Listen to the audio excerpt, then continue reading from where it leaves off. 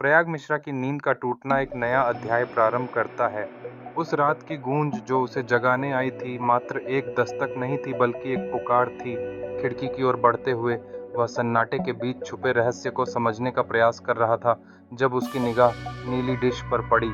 एक अजीब सी चमक के साथ डिश में से उठती आवाज ने उसे एक अज्ञात दिशा की ओर खींचना शुरू कर दिया। जब प्रयाग ने डिश को छुआ तो उसकी वास्तविकता पलट गई।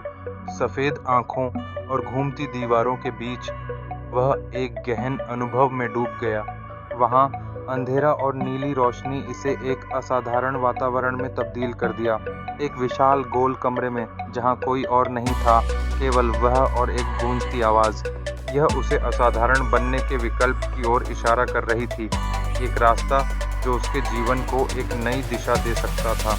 दर्पण में दिख रहे उसके अतीत के क्षणों ने उसे अपने संघर्षों की याद दिलाई। बचपन की मासूमियत, उसकी असफलताएं और अब यह नीली डिश, सब कुछ जुड़ता जा रहा था। फिर अचानक दीवारों में से एक चेहरा उभरा, एक लड़की जिसकी आंखों में नीली चमक थी। क्या यह वही थी जिसके साथ उसका भविष्य जुड़ने वाला था? प्रयाग के भीतर एक हलचल पैदा होती है। क्या यह बस एक संयोग था या ये कुछ और ही था? वह न केवल किसी खोजकर्ता के रूप में है, बल्कि वह एक ऐसे राज का हिस्सा बन चुका है जिसे वह समझना चाहता है।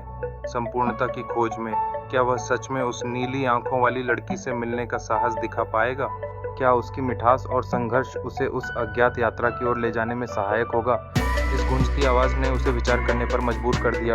क्या नीली डिश सच में उसे किसी मिशन की ओर ले जा रही है? रात की गूंज एक रहस्य को उजागर कर रही है जिसमें प्रयाग खुद एक महत्वपूर्ण चरित्र बनता जा रहा है। इस नए अध्याय के आगाज के साथ क्या वह अपने प्रश्नों के उत्तर खोज पाएगा?